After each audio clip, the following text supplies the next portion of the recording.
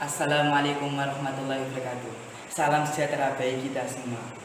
Salam Om Swastiastu, Namo Buddhaya, salam kebajikan. Ya, kita nanti sebelum masuk dalam pembelajaran, sebelum saya memaparkan dengan teman-teman, sebelumnya kita perkenalan dulu. Apa sih itu tentang perencanaan pembelajaran? Apa sih itu mata kuliah perencanaan pembelajaran? Pasti teman-teman bertanya-tanya, membahas apakah saja itu? Nah, nanti tunggu next video selanjutnya. Selanjutnya dari kelompok kami akan memaparkan tentang mengidentifikasi dari silabus dan perencanaan pembelajaran atau RPP.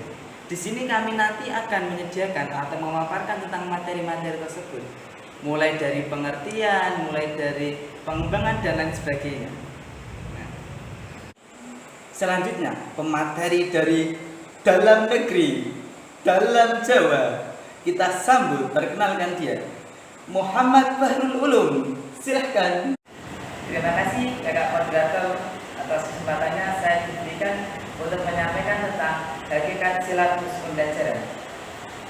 Pengertian silabus dapat didefinisikan dengan gambaran pembelajaran, ringkasan, ikhtisar, pokok-pokok isi atau materi pelajaran.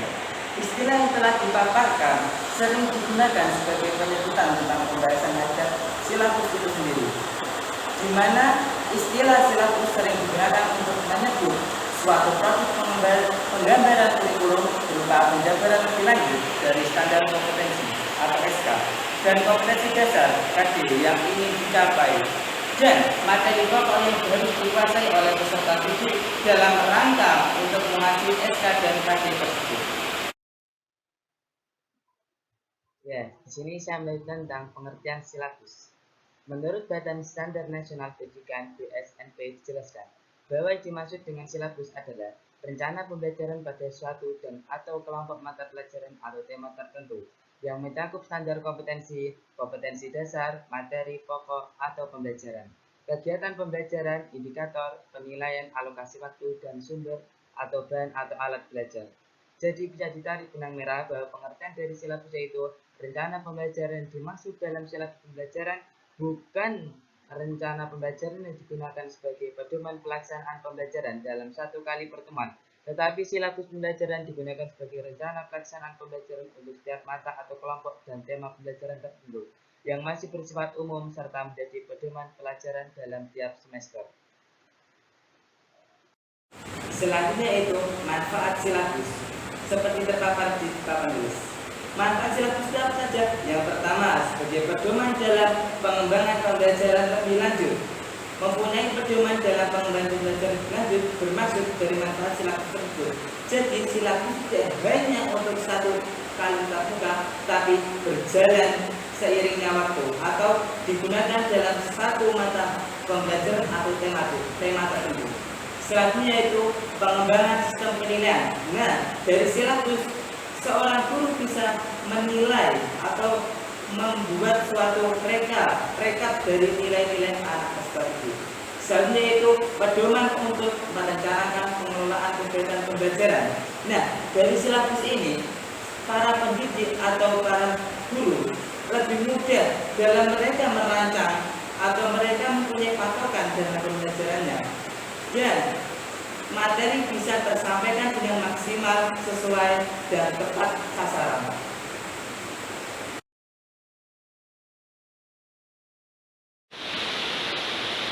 Terima kasih. Saya masih diberi kesempatan untuk menyampaikan materi tentang komponen-komponen silabus. Apa sih Kak itu komponen-komponen silabus?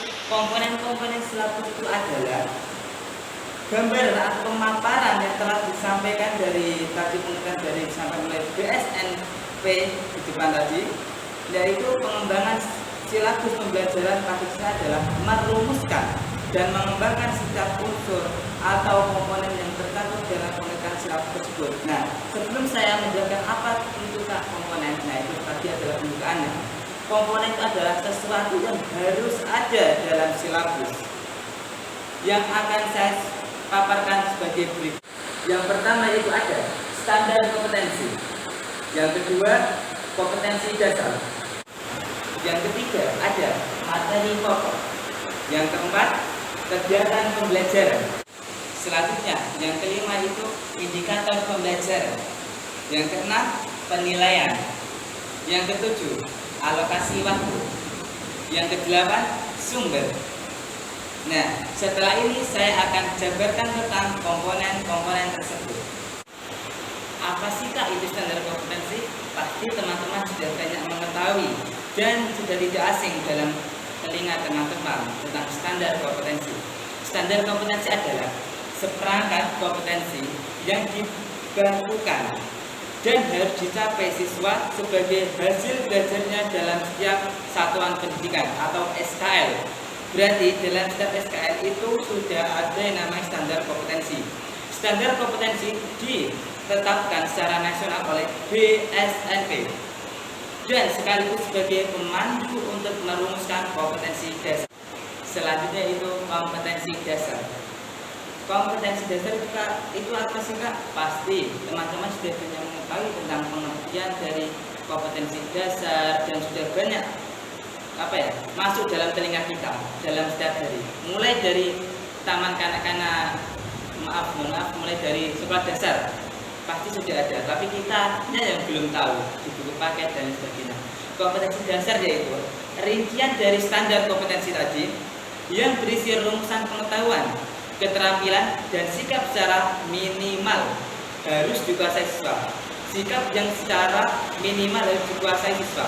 Kompetensi dasar ditetapkan secara nasional oleh BSNP dan sekaligus sebagai pedoman untuk menjabarkan ke dalam indikator pembelajaran. Selanjutnya itu materi pokok. Apa sih Kak itu materi pokok?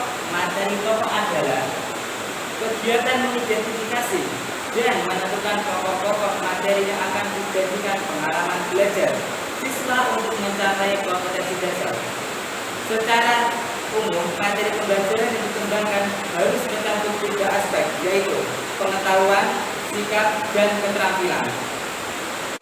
Selanjutnya itu kegiatan pembelajaran. Kegiatan pembelajaran adalah rancangan program kegiatan yang dilakukan oleh siswa dalam berinteraksi dengan lingkungannya untuk memberikan pengalaman belajar. Jadi belajar dari kelas, dari lingkungan juga bisa dinamakan dengan belajar, sehingga dapat mengembangkan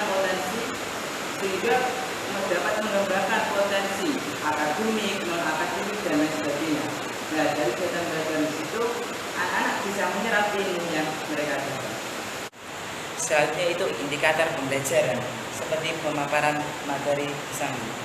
Indikator pembelajaran itu apa? Yaitu rumusan tujuan pembelajaran yang sudah sangat spesifik sebagai penjabaran dari kompetensi dasar. Rumusan indikator harus memperhatikan kompetensi dasar. Nah, dari rumusan indikator saja harus memperhatikan kompetensi dasar. Hakikat peserta didik, karakteristik materi dan memuat aspek pengetahuan, sikap dan keterampilan secara proporsional. Nah, indikator pembelajaran. Yang keenam itu penilaian, yaitu suatu proses kegiatan yang dilakukan dengan tujuan untuk memperoleh informasi yang tepat dan akurat terhadap proses dan hasil pembelajaran. Oleh karena itu, instrumen penilaian selain memenuhi unsur validitas dan reliabilitas juga harus mencakup terhadap beberapa aspek penilaian secara proporsional seperti tertulis, lisan, perbuatan, kinerja, portofolio, dan lain sebagainya. Yang ketujuh yaitu alokasi waktu, yaitu menentukan jumlah waktu yang dibutuhkan untuk mempelajari kompetensi dasar dengan mempertimbangkan keluasan dan kedalaman serta tingkat kesulitan materi. Dalam menentukan alokasi waktu yang dibutuhkan harus mempertimbangkan jumlah waktu efektif setiap minggu. Yang kedelapan yaitu sumber. Apa sih Kak itu sumber? Sumber yaitu menentukan sumber-sumber pembelajaran yang dijadikan rujukan meliputi sumber cetak dan non cetak, objek lingkungan, sumber by design maupun by utilization, di mana Sumber by design ini adalah telah didesainkan atau telah dipaparkan, telah dikemas dengan sedemikian rupa. Kalau by organization yaitu tidak dikemas, maksudnya yaitu secara mendadak dan lain sebagainya. Pengembangan silabus tematik. Dalam kurikulum 2013, silabus merupakan penjabaran kompetensi dasar, kompetensi inti ke dalam materi pokok pembelajaran, kegiatan pembelajaran, dan indikator pencapaian kompetensi untuk penilaian. Dalam kata lain, fungsi dari silabus yakni menjabarkan pokok-pokok materi pembelajaran yang akan diajarkan ke peserta didik dengan tujuan bisa mencapai kompetensi dasar dan kompetensi inti yang harus dicapai. Prinsip-prinsip pengembangan silabus. Prinsip-prinsip pengembangan silabus ada 8. Yang pertama yaitu ilmiah, yang kedua relevan, yang ketiga sistematis, yang keempat konsisten, yang kelima memadai, yang keenam aktual dan kontekstual, yang ketujuh fleksibel, dan yang terakhir yaitu menyeluruh. Yang pertama, ilmiah.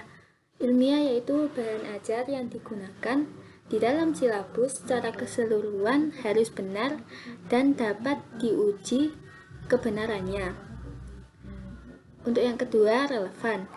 Bahan ajar yang disajikan di dalam silabus serasi atau setara dengan tingkat perkembangan emosional, spiritual, pendidikan, jasmani, dan sosial siswa.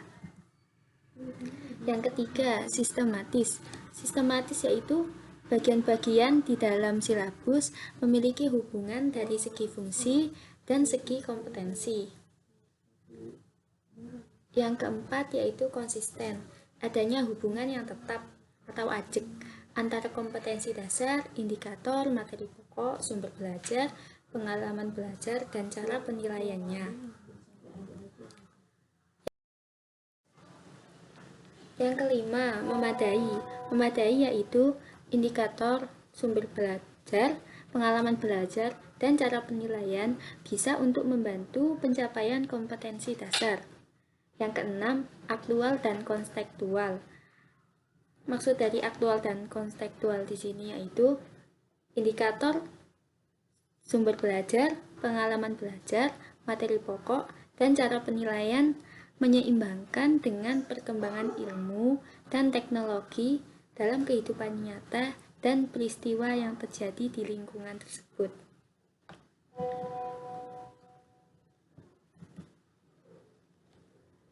Yang ketujuh yaitu fleksibel. Fleksibel yaitu seluruh bagian di dalam silabus dapat dijangkau oleh peserta didik. Yang ke-8 yaitu menyeluruh. Menyeluruh yaitu seluruh komponen dalam silabus mencakup seluruh aspek kompetensi. Contohnya aspek kognitif, afektif, dan psikomotorik. Langkah-langkah pengembangan silabus tematik. Yang pertama yaitu mengkaji standar kompetensi dasar atau kompetensi inti ke kompetensi dasar. Yang kedua, mengidentifikasi materi atau pokok pembelajaran. Yang ketiga, mengidentifikasi tema. Yang keempat, memetakan materi pembelajaran setiap tema atau subtema yang sesuai. Yang kelima, merancang dan mengembangkan kegiatan pembelajaran. Yang keenam, memilih penilaian. Yang ketujuh, menentukan alokasi waktu. Yang ke-8, menentukan sumber belajar. Dan yang ke-9 yaitu evaluasi pembelajaran. Yang pertama, cara pertama yaitu mengkaji standar kompetensi ke kompetensi dasar atau kompetensi inti ke kompetensi dasar. Di sini, guru harus benar-benar sudah memahami isi dari kompetensi dasar yang akan dibuat di dalam silabus tersebut. Cara kedua, langkah berikutnya, yaitu mengidentifikasi materi atau pokok pembelajaran. mengidentifikasi materi atau pokok pembelajaran dari setiap kompetensi dasar yang ingin dicapai dari semua mata pelajaran yang akan diajarkan. Langkah ketiga yaitu mengidentifikasi tema. Mengidentifikasi tema yang menarik untuk dipelajari oleh siswa. Kemudian, guru memilih beberapa tema yang akan dijadikan sebagai tema pembelajaran. Langkah keempat yaitu memetakan materi pembelajaran setiap tema atau subtema yang sesuai. Pemetaan materi di sini harus diperhatikan karena pemetaan materinya harus runtut dalam setiap mata pelajaran, serta tingkat kesulitannya juga harus diperhatikan.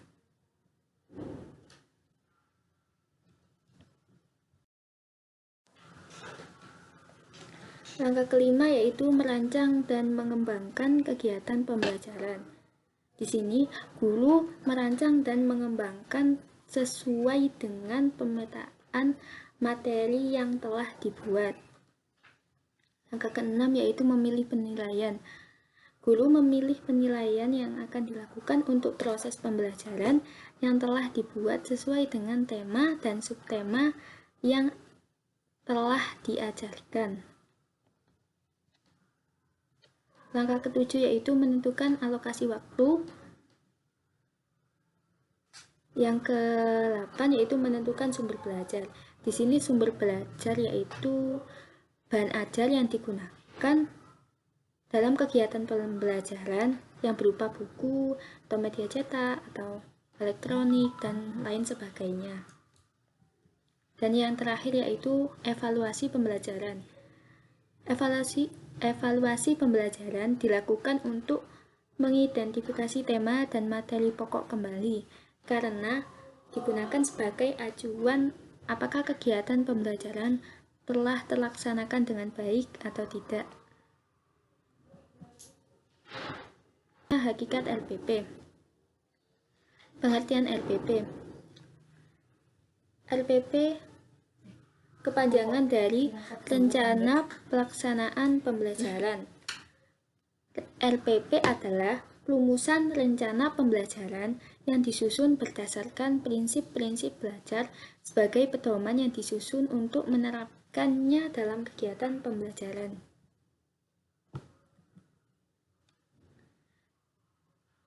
LPP di sini mengacu pada silabus yang telah dibuat oleh guru.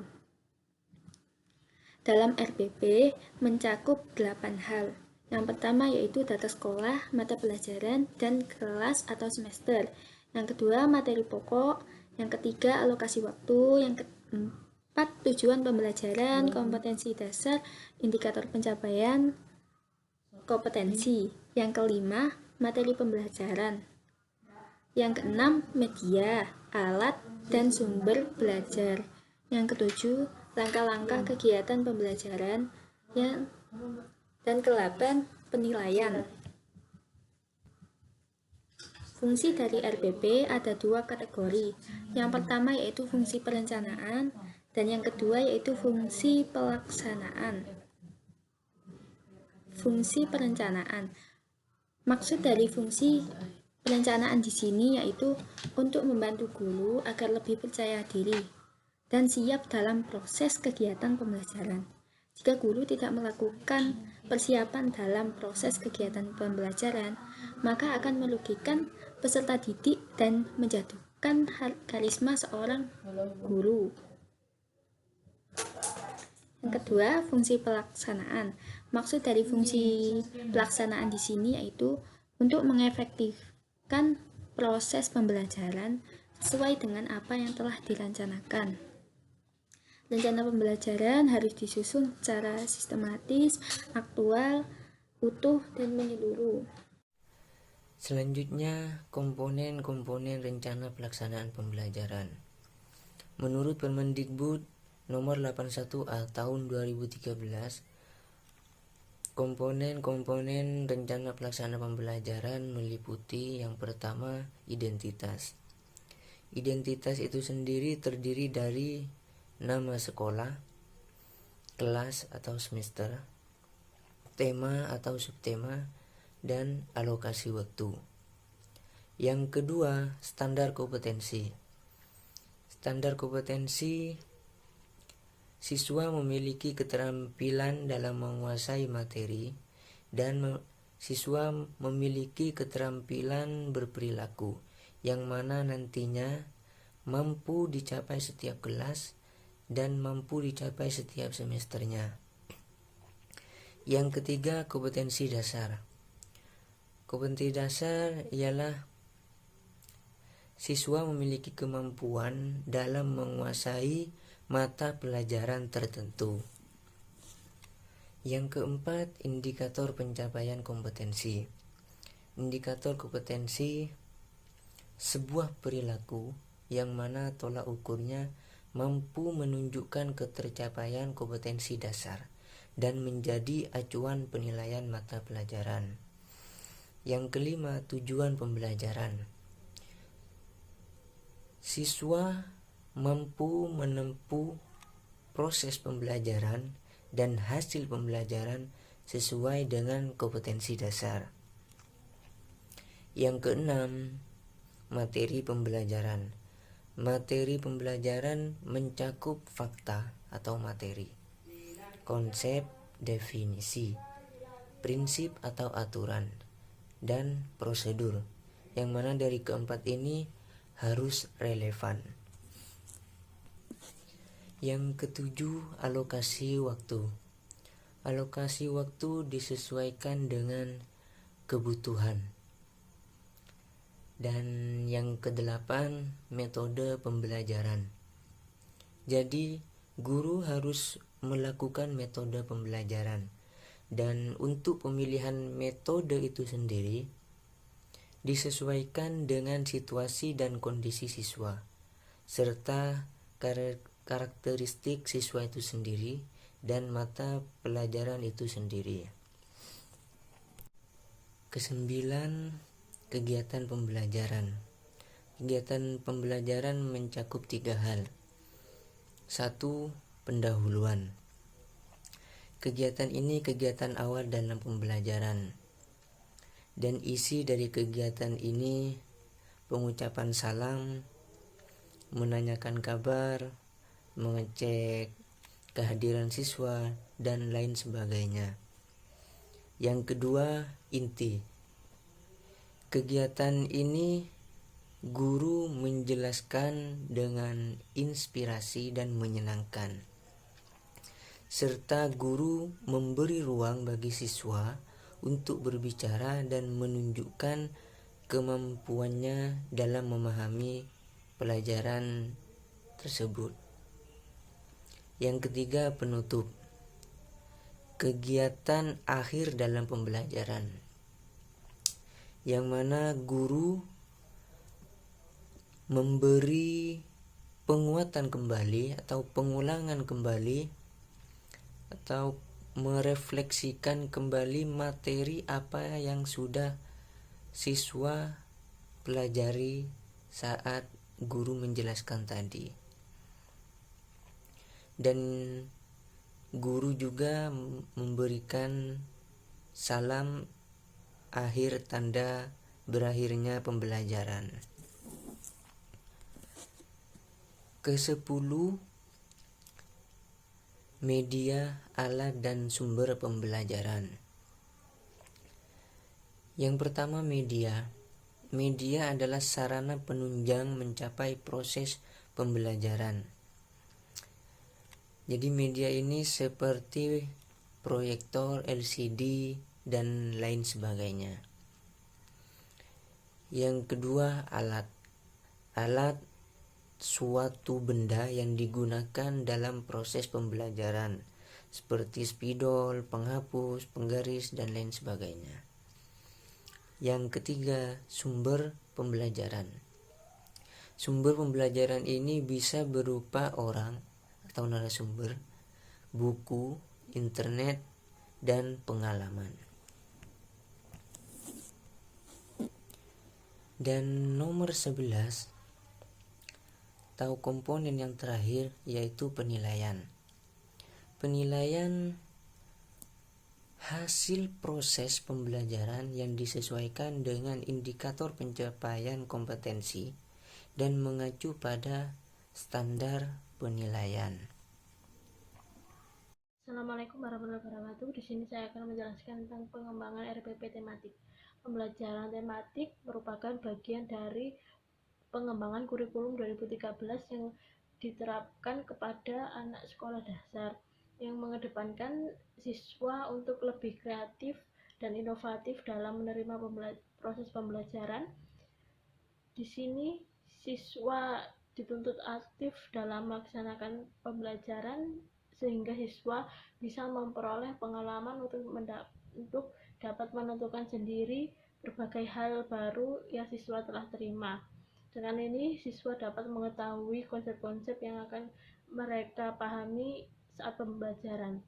Pembelajaran tematik bisa lebih mengedepankan pendekatan secara saintifik. Pendekatan saintifik adalah pemberian pemahaman kepada peserta didik dalam menerima pembelajaran baru yang akan disampaikan kepada peserta didik. Dengan ini, pendekatan saintifik bertujuan agar siswa lebih terdorong untuk mengetahui pembelajaran baru. 1. Pemberian KD dan penyajian silabus. Dalam menyusun RPP, guru harus berpedoman kepada KD yang telah ditetapkan oleh pemerintah. Dengan ini, adanya silabus bisa mempermudah guru dalam merancang RPP. 2. Menguraikan KD dalam tujuan pembelajaran dan indikator. Tujuan pembelajaran merupakan hasil penjabaran dari KD yang mencakup unsur ABCD. Sedangkan indikator adalah tujuan pembelajaran berdasarkan aspek sikap, pengetahuan, dan keterampilan siswa. Mengidentifikasi materi pembelajaran. Materi mata pembelajaran harus mencakup sesuatu yang faktual atau benar terjadi dan memiliki prinsip. Dalam langkah ini, guru harus benar-benar mengetahui latar belakang kemampuan siswa. Yang keempat, memiliki sumber belajar. Sumber belajar akan membantu guru untuk menyampaikan suatu materi. Sumber belajar dapat berasal dari media cetak, pengalaman, dan elektronik. 5. Melakukan pengembangan kegiatan pembelajaran. Kegiatan pembelajaran dirancang guna memberikan pengalaman belajar. Dengan memberikan banyaknya pengalaman pembelajaran, siswa dapat lebih mudah dalam memahami materi. Selain itu, dapat mengetahui metode dan media yang sesuai dengan minat bakat siswa agar terdorong untuk siswa agar lebih semangat belajar. 6. Menentukan alokasi waktu yang dibutuhkan. Penentuan alokasi waktu dapat disesuaikan dengan jumlah efektivitas pembelajaran siswa dan alokasi waktu mata pembelajaran per minggu dengan mempertimbangkan beberapa hal, diantaranya jumlah KD, tingkat kesulitan pembelajaran, dan tingkat KD. 7. Menentukan jenis penilaian.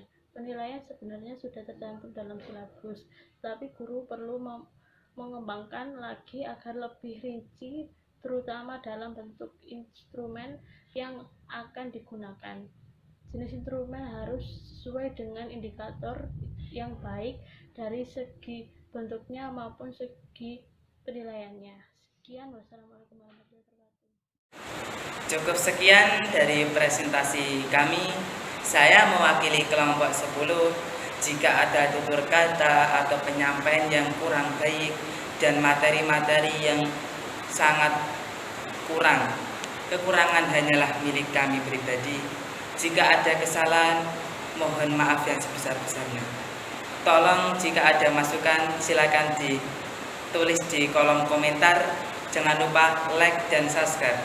Semoga pembelajaran dan pemaparan kami bermanfaat, terkhusus bagi kami sendiri dan bagi penonton. Dari kami mengucapkan mohon maaf yang besar-besarnya. Akhirul kalam, wassalamualaikum warahmatullahi wabarakatuh.